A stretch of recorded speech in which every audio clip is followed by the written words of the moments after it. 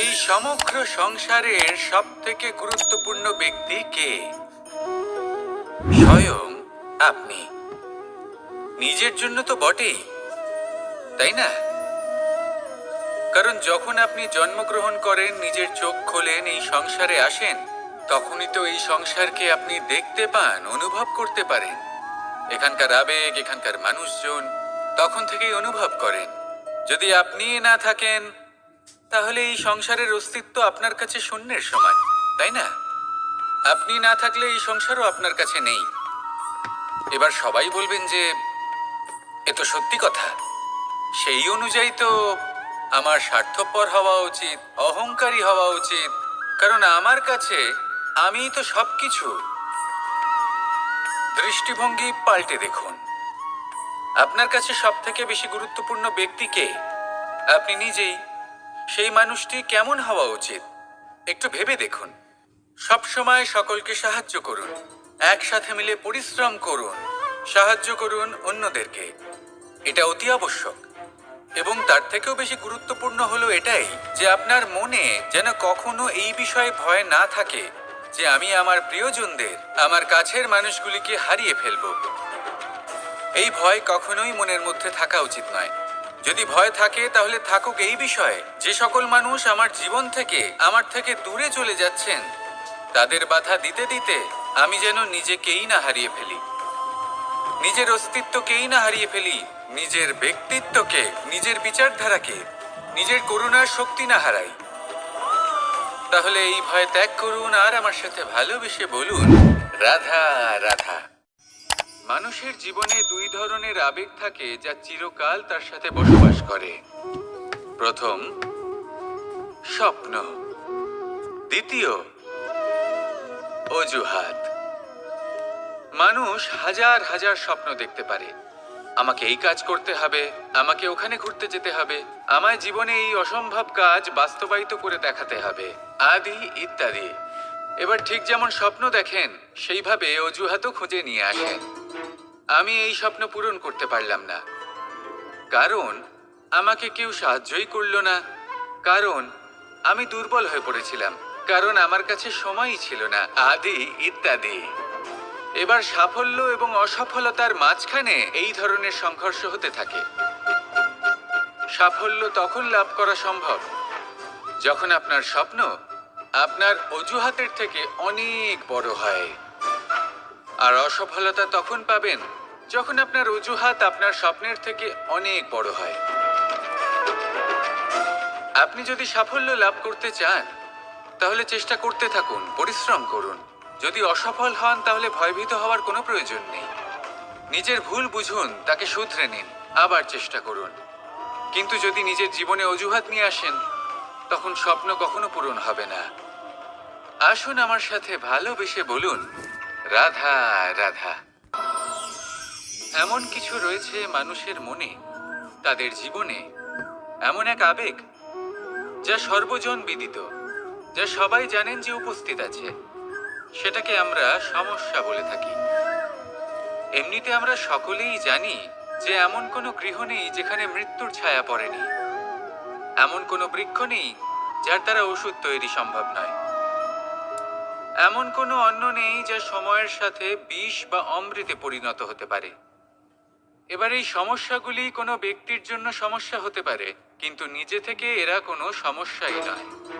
এরা আসে আমাদের সাহায্য করতে, আমাদের কিছু শেখাতে। আপনি নিজেই দেখুন, পর্বতের শিখর থেকে কোনো এক পাখি পড়ে গিয়ে নিজের প্রাণ ত্যাগ করলো। সেটা কখন সম্ভব? যখন সেই পাখি ওড়ার চেষ্টাই করে না। তখন যখন কোনো ব্যক্তি জলে পড়ে যান এবং ডুবে গিয়ে নিজের প্রাণ হারান, এর সম্ভাবনা কখন বেশি থাকে? যখন সেই ব্যক্তি সাঁতার কাটার চেষ্টাই করেন না। তখন এই সমস্যা প্রত্যেকের জীবনে থাকবেই, কিন্তু এটা মনে রাখা প্রয়োজনীয় যে কোনো সমস্যা পরিস্থিতির কারণে সমস্যা হয়ে ওঠে না। এই পরিস্থিতি যখন আমাদের সামনে আসে, আমাদের তা কঠিন মনে হয়, আমরা নতমস্তক হয়ে পড়ি, ভয়ভীত হয়ে পড়ি, তার সম্মুখীন হতে পারি না। তখন তা সমস্যার রূপ নেয়। দৃঢ় হয়ে দাঁড়িয়ে থাকুন সাহসের সাথে, এই পরিস্থিতিগুলির সম্মুখীন হন, দেখবেন সমস্যা কখন সাফল্যে পরিণত হবে আপনি জানতেই পারবেন না। আসুন আমার সাথে ভালোবেসে বলুন, রাধা রাধা। দীপাবলি আমাদের সবথেকে বড় উৎসব। শ্রীরাম রাবণকে পরাস্ত করে 14 বছরের বনবাস কাটিয়ে আবার অযোধ্যায় ফিরে এলেন অমাবস্যার রাত্রে। অযোধ্যায় সবাই খুব প্রসন্ন ছিলেন, খুবই উৎসাহিত ছিলেন। অযোধ্যায় সহস্র প্রদীপ প্রজ্বলিত করা হয়েছিল এই উৎসবে। একে আমরা দীপাবলি বলে থাকি। এবার এই বিষয়ে আমরা সকলে জানি। আপনি কি এটা জানেন যে শ্রীরাম বাস্তবে অমাবস্যার এক রাত আগেই অযোধ্যায় পৌঁছে গেছিলেন? সবার সামনে অমাবস্যার রাতে এসেছিলেন। এর কারণ কি? শ্রীরাম প্রমাণ করতে চেয়েছিলেন যে যে কোনো সময়, দিন হোক বা রাত, শুভ বা অশুভ হয় না। শুভ অশুভ কিছু থাকলে তা হলো মানুষের চিন্তা, তার ভাবনা, তার নির্বাচন আর তার কর্ম। নিজেই দেখে নিন, শ্রীরাম শুভ কাজ করে ফিরেছিলেন এবং অমাবস্যার মতো গভীর এক রাত্রিকেও দীপাবলিতে পরিবর্তিত করেছিলেন। এমনটাই যদি আমরা করতে পারি, তাহলে এমন কোনো গৃহে যান যেখানে অসহায় ব্যক্তি রয়েছেন, যা অন্ধকারাচ্ছন্ন, আর সেখানে প্রকাশ প্রজ্বলিত করুন। প্রকাশ সহায়তার, প্রেরণার, আশার। যদি এমন কিছু আমরা করতে পারি, তাহলে তাকে প্রকৃত অর্থে দীপাবলি বলা যেতে পারে। তাহলে নিজের পরিবারের সাথে দীপাবলি পালন করুন। আপনাদের শুভেচ্ছা জানাই। আসুন আর আমার সাথে ভালোবেসে বলুন, রাধা রাধা। মানুষের জীবনে দুই ধরনের আবেগ থাকে যা চিরকাল তার সাথে বসবাস করে। প্রথম, স্বপ্ন। দ্বিতীয়, অজুহাত। মানুষ হাজার হাজার স্বপ্ন দেখতে পারে। আমাকে এই কাজ করতে হবে, আমাকে ওখানে ঘুরতে যেতে হবে, আমায় জীবনে এই অসম্ভব কাজ বাস্তবায়িত করে দেখাতে হবে, আদি ইত্যাদি। এবার ঠিক যেমন স্বপ্ন দেখেন, সেইভাবে অজুহাতও খুঁজে নিয়ে আসেন।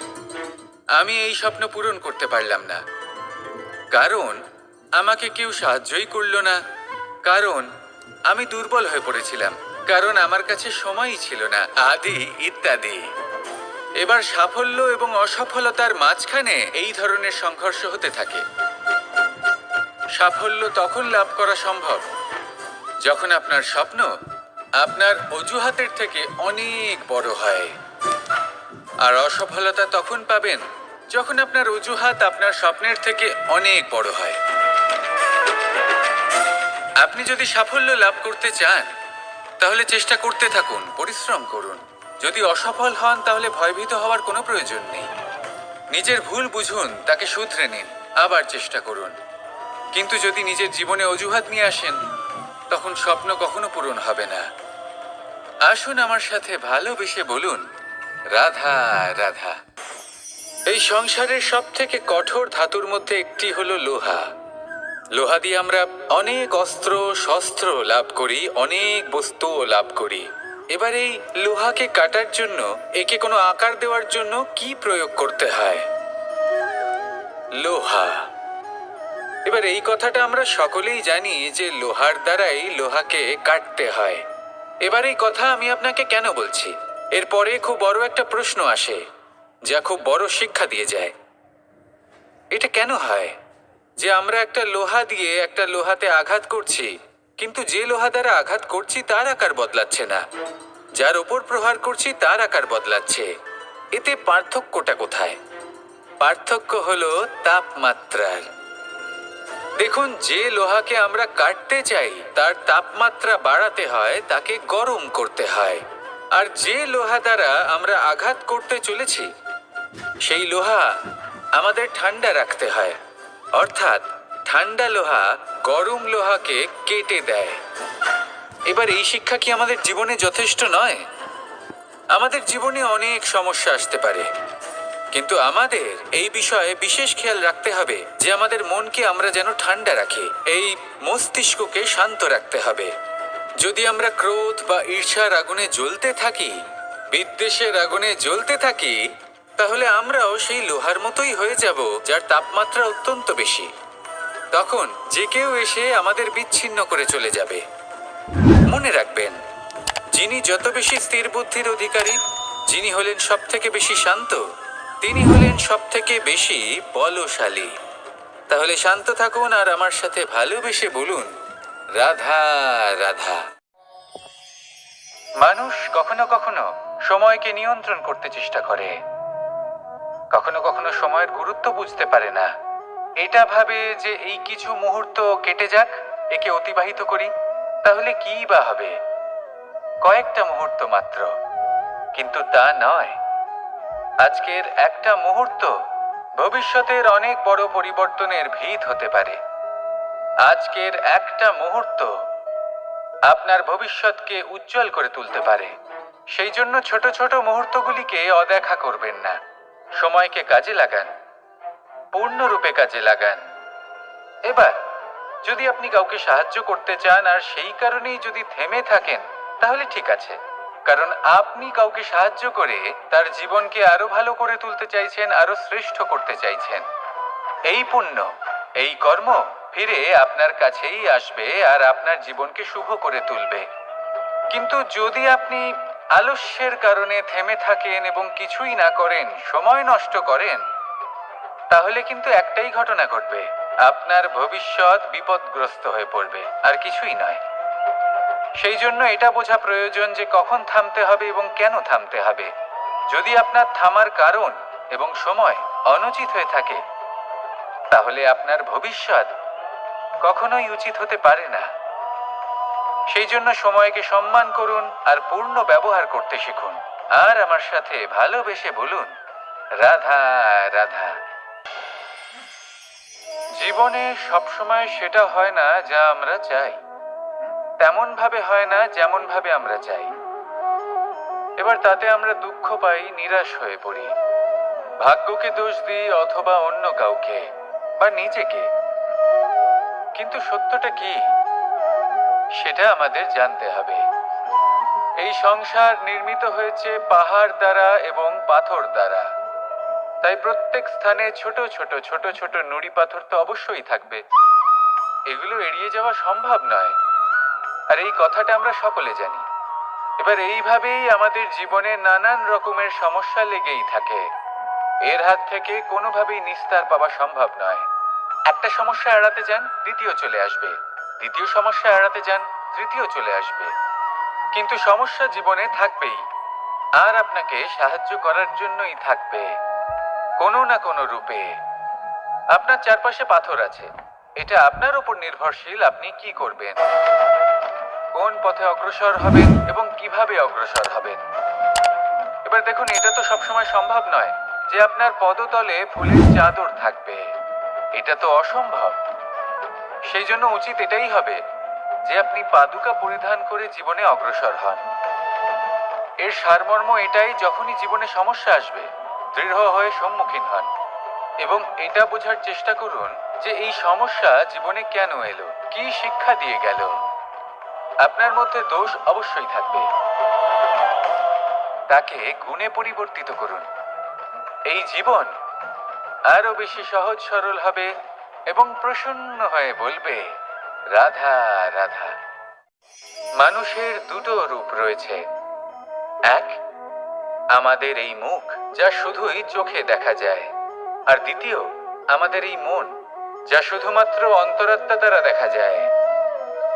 এবার আমাদের এই মুখ তা ঈশ্বর সকলকেই আগে থেকেই প্রদান করেছেন, কিন্তু এই মন কেমন হবে তা আমাদের জীবনের অনুভূতি এবং আমাদের জীবনের লক্ষ্য এগুলি সুনিশ্চিত করে। অর্থাৎ নেত্র দিয়ে দেখা যায় আমাদের এই মুখ, তা শুধুই এই কারণে প্রয়োজন যাতে সংসার আমাদের দেখতে পায়, আমাদের চিনতে পারে। কিন্তু যদি এই সংসারে আপনি প্রকৃত অর্থে মান সম্মান লাভ করতে চান, তাহলে নিজের অন্তরাত্মাকে আপনাকে বিকশিত করতেই হবে। দেখুন, কথায় আছে এই যে অসুর, তা শারীরিকভাবে উপস্থিত নয়, তা মনের মধ্যে থাকে। যদি এই মন থেকে অসুরকে বের করে দেওয়া যায়, তাহলে শরীরে তা উপস্থিত থাকবেই না। তাই মনকে শুদ্ধ করুন আর আমার সাথে ভালোবেসে বলুন, রাধা রাধা। পরিশ্রম, এই শব্দগুলি শুনতে হয়তো ছোট মনে হয়, কিন্তু এর মূল্য অনেকটাই অধিক। এবার প্রয়াসও কিন্তু দুই ধরনের হয়। একটা প্রয়াস তাই যা আমরা নিজের মন থেকে, অন্তর থেকে সমগ্র শক্তি দিয়ে করার চেষ্টা করি। এবারে এই প্রয়াস প্রচেষ্টার নামান্তর। কিছু প্রয়াস এমন হয় যেমন দ্রুতক্রীড়া খেলা। মানুষ বলেন, আজ একটু প্রয়াস করি, একটু দ্রুতক্রীড়া খেলেই দেখি, যদি বিজয়ী হই তবে ভালো ব্যাপার, যদি না হই তবে আর কখনো খেলবো না। এটাও কিন্তু প্রয়াস, কিন্তু এই প্রয়াস পরিশ্রম নয়। পাণ্ডবদের দেখুন, ওনারা যখন পরিশ্রম করেছিলেন তখন খাণ্ডবপ্রস্থকেও ইন্দ্রপ্রস্থ বানিয়েছিলেন। দ্রুতক্রীড়া খেললেন, সেই মুহূর্তেই ইন্দ্রপ্রস্থ হারিয়ে ফেললেন। পরিশ্রম করলেন, সগৌরবে রাজা হলেন। দ্রুতক্রীড়া খেললেন, তখন এক মুহূর্তে রাজা থেকে নিঃস্ব হয়ে গেলেন। সারমর্ম এটাই যে দ্রুতক্রীড়া কখনো কখনো আপনার মিত্র হতে পারে, কখনো সে আপনাকে বিজয়ী করতে পারে, কিন্তু প্রয়াস এবং পরিশ্রম যখন একসাথে মিলিত হয় তখন তা সর্বদাই আপনার সাথে থাকে। প্রয়াস করতে থাকুন, পরিশ্রম করতে থাকুন, আর আমার সাথে ভালোবেসে বলুন, রাধা রাধা।